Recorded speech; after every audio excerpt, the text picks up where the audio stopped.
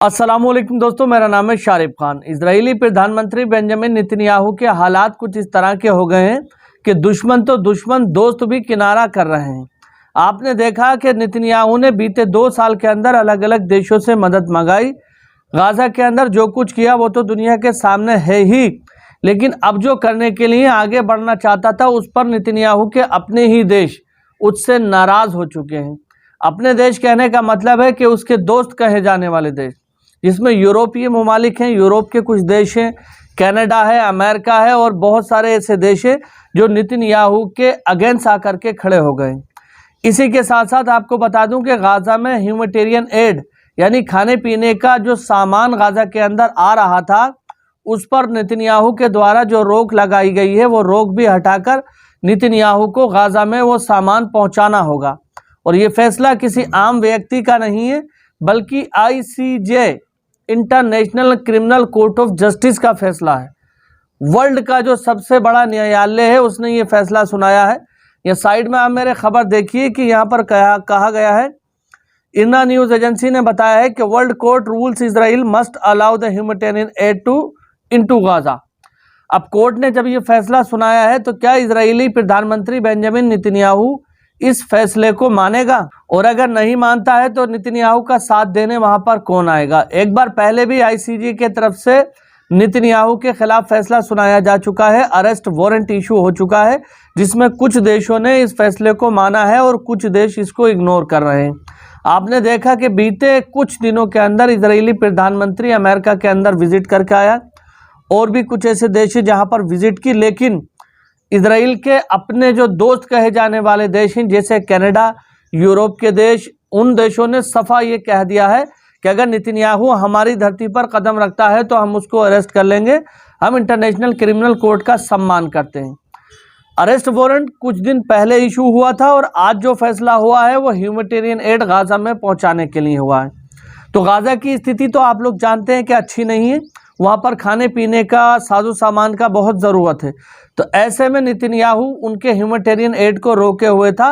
अब सख्त पाबंदी के साथ ये कह दिया गया है कि गाजा के अंदर खाने पीने का सामान हर हाल में पहुंचेगा, दवाइयां हर हाल में पहुंचेंगी और एक इंसानियत के नाते, एक ह्यूमन होने के नाते जिन चीज़ों की उनको ज़रूरत है वो पहुंचने दिया जाएगा। जैसा कि पहले बात हुई थी कि 7 ट्रक जाएंगे डेली गाजा के अंदर, उसके बाद नेतन्याहू ने उसको घटाकर 3 की संख्या में कर दिया था कि 3 ट्रक ही जाने देंगे। और अब जब युद्ध विराम के मुआहदे को तोड़कर वहां पर हमले हुए तो उस हमलों के बाद पूरा का पूरा साजो सामान रोक दिया गया था। तो ऐसे में इंटरनेशनल क्रिमिनल कोर्ट आगे आया, मानवीय अधिकार बताते हुए लोगों का ये अधिकार है कि वो खाने पीने की चीजें उन तक पहुंचे। इस चीज का हवाला देते हुए इंटरनेशनल क्रिमिनल कोर्ट ने सफा फैसला सुना दिया है कि गाजा के अंदर खाने पीने का सामान जाएगा और उसको कोई भी नहीं रोकेगा। अब नेतन्याहू की फौज अगर उसको रोकने की कोशिश करती है तो देखने वाली बात यह है कि वो देश जो अपने आप को लोकतंत्र का मसीहा कहते हैं, वो देश जो अपने आप को दुनिया की सबसे बड़ी लोकतांत्रिक व्यवस्था का साथी बताते हैं, क्या वो देश आगे बढ़ के आएंगे नेतन्याहू को रोकने के लिए? अमेरिका दुनिया का सबसे बड़ा लोकतांत्रिक देश होने का अपने आप को ढिंडोरा पीटता है कि भैया हम तो डेमोक्रेसी के हिसाब से चलते हैं। नेतन्याहू अगर इस बार गाजा के अंदर खाना जाने से रोकता है तो अमेरिका नेतन्याहू को रोकेगा, डोनाल्ड ट्रंप रोकेंगे। हालांकि ट्रंप की तरफ से ये बात साफ कह दी गई है कि हम गाजा को दोबारा से बनाने की कोशिश कर रहे हैं, गाजा में शांति बहाल करेंगे, जो इमारतें, घर वहां पर डिस्ट्रॉय हो गए हैं उसको बनाने के लिए हम हैं और हमारे साथ मिडिल ईस्ट में कुछ और देश हैं जो जुड़ चुके हैं, जो ये कह रहे हैं कि हम साथ मिलकर गाजा को बनाएंगे। इसी के साथ साथ और भी सुख और सुविधाएं गाजा के अंदर चालू करेंगे। तो क्या ये मौखिक बयान जो दिए जा रहे हैं इस पे अमल किया जाएगा? क्या गाजा को वापस से बनाया भी जाएगा? ये आने वाले कुछ दिनों में पता चलेगा। लेकिन आज की जो सबसे बड़ी खबर है वो ये है कि अमेरिका के लिए इस समय ये चांस है कि वो दुनिया को दिखा दे कि अमेरिका जो कहता है वो है। अमेरिका के पास इस समय वो चांस है कि वो गाजा में मदद खुलवाकर ये साबित करे कि वो किसी एक पक्ष के साथ नहीं है बल्कि लोकतंत्र के साथ है, इंसानियत के साथ है। ट्रंप ने जो मुहिम छेड़ी है शांति की, ट्रंप ने जो कहा है अगर उस पर अमल हो जाता है तो गाजा के अंदर सुकून और शांति पूरी तरह से आ जाएगी। हालांकि समय लगेगा लेकिन आ जाएगी। लेकिन आज के फैसले के बाद भी अगर अमेरिका ने नेतन्याहू को नहीं रोका, नेतन्याहू से ये नहीं बोला कि तुम खाना पीना वहाँ पर जाने दो, तो दुनिया इस बात को समझ जाएगी कि ट्रम्प जो कहते हैं वो करते नहीं। हालांकि ट्रम्प का अपना एक अलग मसला चल रहा है। ट्रम्प से बहुत बड़ी संख्या में अमेरिका के अंदर लोग खिलाफ हैं। 70 लाख से ज़्यादा लोग सड़कों पर उतरे, तानाशाह, बादशाह, बहुत सारी चीज़ें ट्रम्प के बारे में बोली गई। तो ट्रम्प के ऊपर प्रेशर भी है ग्लोबली। ट्रम्प इस बात को जानते हैं कि मेरी जो इमेज है वो धूमिल होती चली जा रही है, मेरी जो छवि है दुनिया के सामने वो ख़राब होती चली जा रही है। तो अपनी छवि को संभालने के लिए इस समय ये फैसला लेना ज़रूरी है। तो आने वाले चंद घंटों के अंदर देखते हैं कि ट्रम्प इस पर क्या एक्शन लेते हैं। इसी के साथ साथ मैं आपको बता दूं कि यूरोप में एक देश पड़ता है पोलैंड। पोलैंड ने कहा है कि जिसके 2 से 3 बच्चे होंगे उससे सरकार टैक्स नहीं वसूलेगी, यानी उसको टैक्स फ्री कर दिया जाएगा। पोलैंड के अंदर जनसंख्या लगातार गिरती चली जा रही है, तो पोलैंड की सरकार ने यह फैसला लिया है कि जितने लोग ज़्यादा बच्चे पैदा करेंगे उनको उतनी ही सुविधा दी जाएगी और उनको पर जो टैक्स लगता है, इनकम टैक्स, वो भी बिल्कुल फ्री कर दिया जाएगा। पोलैंड की सरकार ने ये फैसला लिया है। इससे पहले आयरलैंड में भी कुछ फैसले लिए गए थे। तो यूरोप के कुछ ऐसे देश हैं जहां पर जनसंख्या लगातार गिरती चली जा रही है, इसमें पोर्चुगल भी शामिल है।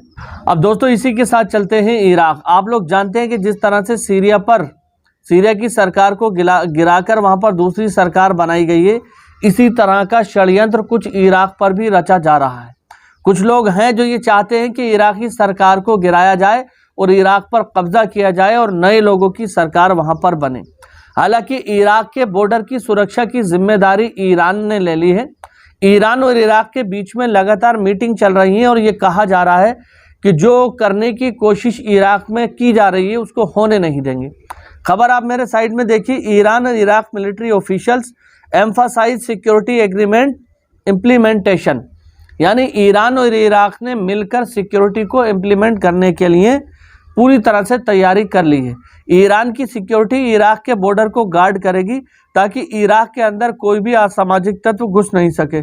कुछ ऐसी ताकतें हैं जो ऐसे देशों से मिली हुई हैं कि उनके कहने पर काम करती हैं। इनमें आतंकी ग्रुप ISIS सबसे आगे है। आप लोग जानते हैं कि ISIS एक ऐसा आतंकी ग्रुप है जिसका काम समाज के अंदर केवल गंदगी फैलाना है। ISIS अपने आप को कहता है कि हम मुस्लिम हैं, लेकिन मुसलमानों वाली उनके अंदर कोई बात नहीं है। वो केवल धर्म का नाम का इस्तेमाल करते हैं, लेकिन वो मुसलमान नहीं हो सकते। जो बेगुनाहों को मारे, जो ईरान के अंदर 250-250 लोगों को एक साथ बॉम्ब ब्लास्ट करके मार दे, क्या वो मुसलमान हो सकता है? बिल्कुल भी नहीं हो सकता। वो एक आतंकी ग्रुप है। तो वो इस समय इराक के अंदर घुसपैठ करने की लगातार कोशिश कर रहा है, जिसको ईरान के द्वारा रोका जा रहा है। और ईरान ने एक आज बिल पास किया है, एक कानून बनाया है कि जो बिजनेसमैन, जो देश या जो भी संगठन आतंकी ग्रुप को फंडिंग करने का काम करते हैं, जो शक के दायरे में है या जिनके खिलाफ ठोस सबूत हैं, उनको तुरंत प्रभाव से रोका जाएगा और उनके खिलाफ कानूनी कार्रवाई की जाएगी। यानी ईरान कई बार ऐसे दर्द से गुजर चुका है इन आतंकी संगठनों की वजह से कि जिस पर अब वो दोबारा जाना नहीं चाहता। बीते 2 साल में ईरान के अंदर 500-600 लोग मारे जा चुके हैं केवल आतंकी हमलों के द्वारा। तो अब ईरान ने अपनी कमर कस ली है इस चीज़ को लेकर के हर हाल में आतंकी हमलों को रोकना है। इसके लिए अलग अलग कानून बनाए गए, बहुत सारी चीज़ें की गई। तो आज फैसला लिया गया है ये भी कि आतंकी ग्रुप को फंड करने वाले लोगों के ऊपर लगाम लगाई जाएगी और इसी के साथ साथ इराक के बॉर्डर को भी मजबूत सिक्योरिटी प्रदान कराई जाएगी। अब दोस्तों इसी के साथ साथ एक खबर मैं आपको भारत की बता देता हूं। आप लोग जानते हैं कि अभी दिवाली निकली है। दिवाली के अंदर भारत ने कितना पैसा खर्च किया, भारत के लोगों ने, आपको खबर है? केट की रिपोर्ट है। केट की रिपोर्ट के अनुसार ये आंकड़े दिए गए हैं। भारत में इस बार $77 बिलियन का खर्च किया गया है केवल दिवाली पर। $77 बिलियन कितने होते हैं आप लोग जानते हैं? 1000 मिलियन का 1 बिलियन होता है। तो 77 बिलियन को आप 1000 मिलियन से गुणा करेंगे तो जितने भी 7,77,000 जितने भी मिलियन आएंगे उतना डॉलर में खर्च किया गया है, ना कि इंडियन रुपए में। मेरे हिसाब से लाखों लाख करोड़ रुपए ये बैठेंगे, इतना खर्च किया गया है इस बार भारत के अंदर। तो भारत एक मजबूत अर्थव्यवस्था वाला देश है। भारत के अंदर अगर राजनीति भारत को खोखला नहीं करे तो भारत के पास इतना पैसा है कि उसको कहीं भी जाने की ज़रूरत नहीं। और जो देश अपने आप को सबसे मजबूत देश होने का दावा करता है, उस देश के ऊपर कितना कर्ज हो चुका है वो भी मैं आपको बता देता हूँ। यहाँ साइड में आप मेरे देखिए, अमेरिका जो अपने आप को दुनिया का सबसे पावरफुल और अपने सबसे अमीर देश मानता है, या साइड में देखिए उसके ऊपर 38 ट्रिलियन डॉलर, 38 बिलियन भी नहीं, 38 ट्रिलियन डॉलर का कर्ज हो चुका है। अमेरिका की जनता लगातार ट्रंप के खिलाफ नारेबाजी कर रही है कि ये देश को कहां लेकर के जा रहे हैं। ट्रंप जिस तरह से वादे कर रहे थे इलेक्शन कैंपेन के दौरान कि मैं अमेरिका को ग्रेट बनाऊंगा, ऐसा होता हुआ नजर नहीं आ रहा है। यही वजह है कि अमेरिका की जनता ट्रंप से सख्त नाराज है और वो कह रही है कि इतना ज्यादा कर्ज अमेरिका के ऊपर आज तक नहीं हुआ।